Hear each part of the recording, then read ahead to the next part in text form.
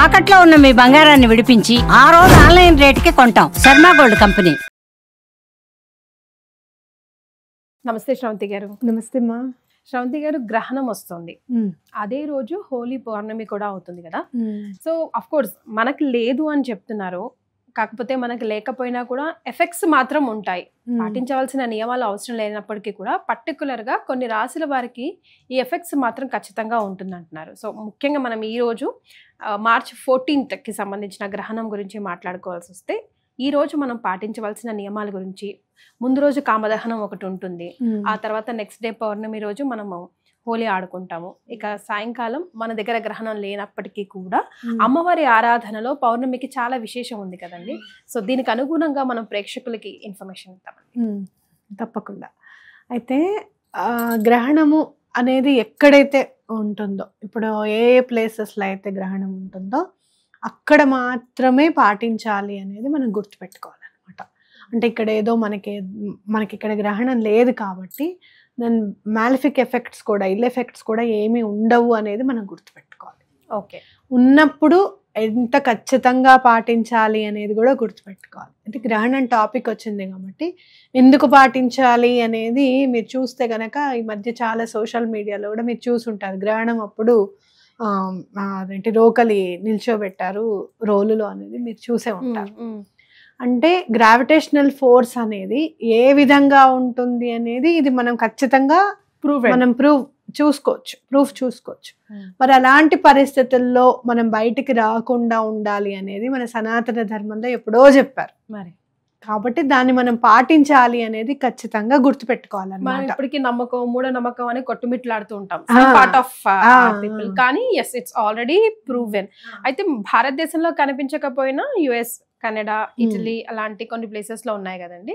So అక్కడ కూడా ఇప్పుడు క్వశ్చన్ ఎందుకు వచ్చింది, టాపిక్ ఎందుకు వచ్చింది, మరి ఇక్కడ లేనప్పుడు ఎందుకు చేస్తున్నారు అని అంటే, మన భారతదేశ వాసులు అక్కడ కూడా ఉన్నారు కాబట్టి వాళ్ళకు కూడా మనం గుర్తు చేయాల్సిన అవసరం ఉంది కాబట్టి.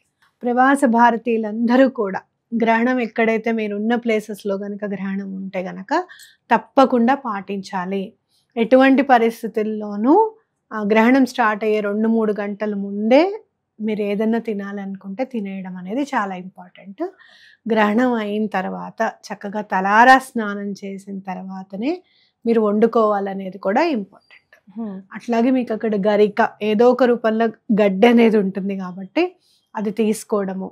అలాగే ఇప్పుడు చాలా సందర్భాల్లో పూజా స్టోర్స్లో అక్కడ కూడా దర్బలవి కూడా దొరుకుతున్నాయి, ఆన్లైన్లో కూడా ఉన్నాయి.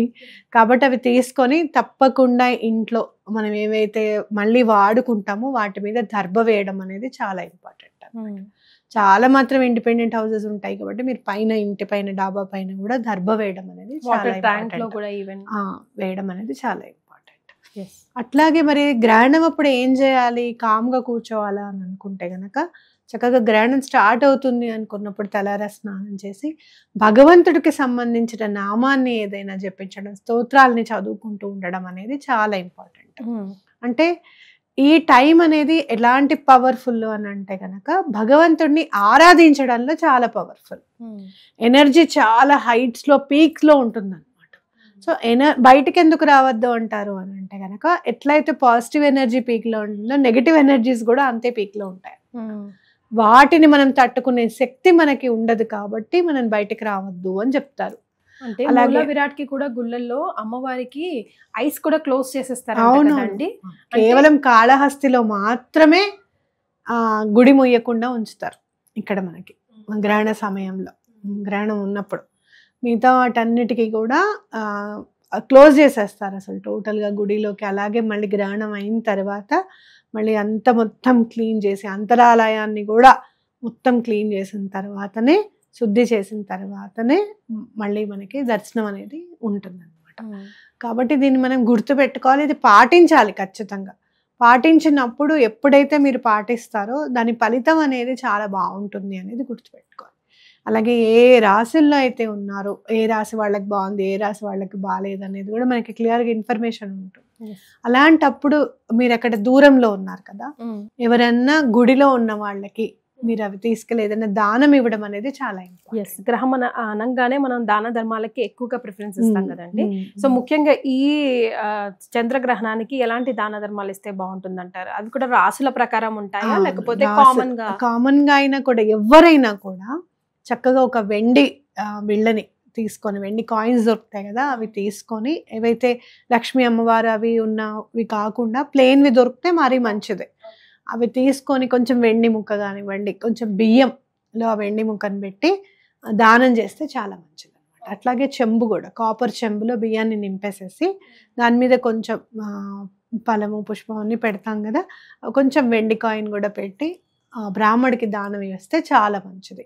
మానసిక అంటే ఏం ప్రాబ్లం ఉంటుంది దీనివల్ల అని, గ్రహణం వల్ల మనుషులకి ఎలాంటి ఎఫెక్ట్స్, ఏం దోషాలు ఉంటాయి మనం దానం ఇవ్వకపోతే అని అంటే కనుక మానసిక సమస్యలు రావడానికి అనేది ఎక్కువగా ఛాన్సెస్ ఉంటాయి. మానసికంగా ఎందుకు బాధపడతాము?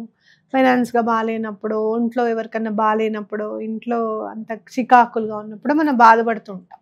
కాబట్టి ఇవి ఏవి కూడా మా దరి చేయడానికి దరి రాకుండా ఉండాలి, మనం రక్షింపబడాలి అని చెప్పి దానాన్ని ఇస్తాం అన్నమాట. ఎస్, కాబట్టి దానం అత్యంత ఫలితమైనది. ఎవరికైనా ఏదైనా దానం చేస్తే, ఇంకొకటి వెండి కాయిన్ పెడుతున్నాం కదా అని చెప్పి కాకుండా ఒక 101 రూపాయో 50 రూపాయలు ఎంతో కొంత ధనాన్ని కూడా దాని మీద పెట్టి ఇవ్వాలన్నమాట. అంటే దానం తీసుకోవడం కూడా ఊరికే తీసుకోకుండా అతనికి మనం గ్రాటిట్యూడ్ చెప్తున్నట్టుగా దానం తీసుకుంటున్నప్పుడు అతనికి ఎంతో కొంత మనం సమర్పిస్తున్నట్టుగా ఇవ్వాలన్నమాట. అప్పుడు చాలా అత్యంత శీఘ్రంగా ఫలితం అనేది ఉంటుంది. ఇక్కడ మనం పౌర్ణమికి చంద్రుడికి సంబంధించినది కాబట్టి చంద్రశేఖరాష్టకం చదువుకుంటే చాలా మంచిది. ఓకే, చదువుకున్నా కూడా చాలా మంచిది. దేవుళ్ళని తప్పకుండా నీట్ చేసుకోవడం అనేది కూడా చాలా ఇంపార్టెంట్. మొత్తం పూజ గది అంతా కూడా నీట్ అయిపోవాలి. ఎక్కడైతే గ్రహణం లేదు వాళ్ళు ఏం పాటించాల్సిన అవసరం అయితే లేదు. అలాగే వాళ్ళు ఏమి కూడా దానాలు ఇవ్వవలసింది కూడా ఏం లేదు. ఎక్కడైతే మనకు ఉంటుందో అక్కడ మాత్రమే ఆ ఎఫెక్ట్స్ ఉంటాయి. విధి విధానాలన్నీ కూడా అక్కడ మాత్రమే పాటించాలన్నమాట. అయితే ఆ టైంలో మీకు ఎక్కడైనా సరే మంచి అనేది జరుగుతుంది కదా అని అనుకుంటే ఆ టైం నోట్ చేసుకొని అప్పుడు ఆ టైంలో కుదిరితే గనక భగవంతుడి ఆరాధన చేయడం అనేది, ఏదైనా స్తోత్రాలు కానివ్వండి, విష్ణు సహస్రనామం కానివ్వండి, అవి చదువుకుంటే ఫలితం ఉంటుంది అనేది ఖచ్చితంగా చెప్పుకోవచ్చు. రైట్. అయితే ముఖ్యంగా గ్రహం అనగానే మనం గర్భిణీ స్త్రీల గురించే మాట్లాడుకుంటాం. అంటే తినే ఆహారమే 3-4 గంటల ముందు మనం ఫినిష్ చేసుకోవాలి అనుకుంటాం. అంటే కొంచెం స్టమక్ ఎంటీ ఉండాలి అని అన్నది. అందులో ఇంకో ప్రాణి పెరుగుతున్నప్పుడు మనకే యూనో అప్ అండ్ డౌన్స్ ఉంటాయంటే మళ్ళీ ఆ శిష్యుని కూడా కాపాడుకోవాల్సిన బాధ్యత ఉంది. కాబట్టి అంటే ఎందుకు స్పెసిఫిక్గా అడుగుతున్నానంటే శ్రవంతి గారు, ఈ రోజుల్లో బీచెస్లో పైగా ఈ వచ్చే ఎక్లిప్స్ని బ్లడ్ మూన్ ఎక్లిప్స్ అని అంటున్నారు. సో మనం చూడొచ్చు అని, నేకెడ్ ఐస్తో సరే డైరెక్ట్గా చూడొచ్చు అని చెప్తా ఉన్నారు. అలాంటప్పుడు ప్రాబ్లమ్స్ అయ్యే ఎఫెక్ట్స్ ఉంటాయి. బికాజ్ కొందరు చిన్నగా కొట్టేస్తారు, ఇదంతా మూఢనమ్మకం, ఇదంతా త్రాష్ అని చెప్పేసి. సో మన వాళ్ళు సనాతన ధర్మాన్ని నమ్మే వాళ్ళు మన వరల్డ్ వైడ్గా ఎక్కడున్నా కూడా వాళ్ళ మంచి మనం కోరుకుంటాం కాబట్టి సో వాళ్ళ కోసం మీరు చెప్పే మాట. తప్పకుండా చెప్తాను. ఎటువంటి పరిస్థితుల్లోనూ గర్భిణీ స్త్రీలు మాత్రం అస్సలు బయటికి రాకండి. అయితే మరి ఆహారం ఎట్లా అని అంటే 3-4 గంటల ముందే మీరు కూడా తినండి. తినేసి కదలకుండా పడుకోవాలి. వాళ్ళు కదలిక అనేది ఉండకుండా కదలకుండా పడుకోవాలి అని చెప్తారనమాట పెద్దవాళ్ళు. ఎంత ఎఫెక్ట్ ఉంటుంది అంటే మన జాతక చక్రం చూస్తే ఎవరన్నా ఇప్పుడు గ్రహణం ఉందనుకోండి, కడుపుతున్న వాళ్ళు గ్రహణం పిల్లలకు ఉందనుకోండి, జాతక చక్రం చూసి కడుపుతున్నప్పుడు గ్రహణం ఉందా అండి అని అడుగుతారు. అంత తెలుస్తుంది అనమాట ఏంటి అనేది.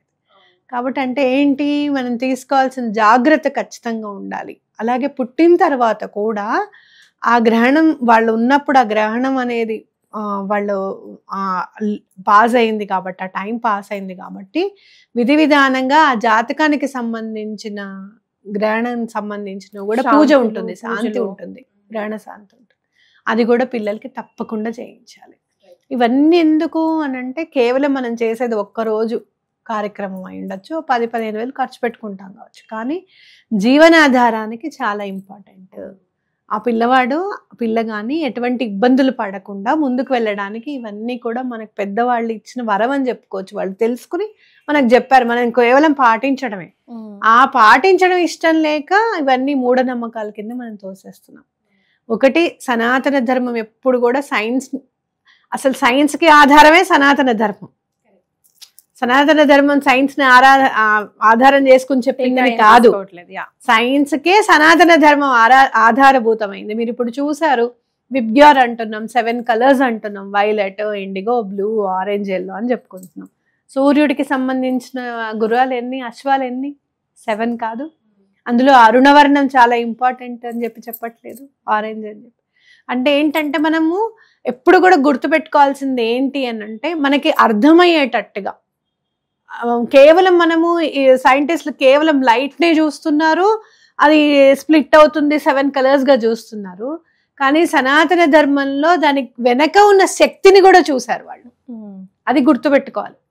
ఓకే, సో అంతటి వాళ్ళు దీన్ని డిజైన్ చేశారు. గ్రహణం అప్పుడు ఇది చెయ్యాలి, ఇలా ఉండాలి, దీని తర్వాత ఇలా పాటించాలి అని అన్నారు అని అంటే వాళ్ళు ఎంత చూసి ఉంటారు అనేది మీ మనోనేత్రంతో చూడాల్సిన పాయింట్ ఇక్కడ. సూక్ష్మనేత్రంతోనూ ఇప్పుడున్న పనిచేస్తున్న బుర్రతో కాదు, జ్ఞానంతో అర్థం చేసుకోవాల్సింది. సూక్ష్మనేత్రంతో అలాగే మనోనేత్రంతో చూడాల్సింది అనమాట. మన మాంసనేత్రానికి అందినవి కావు ఇవన్నీ కూడా. కాబట్టి అవన్నీ ఆకుల మీద ఈకలు లెక్క పెట్టుకుంటూ కూర్చోద్దు, ఫాలో దీన్ని ఫాలో అవ్వమనే కదా చెప్పింది.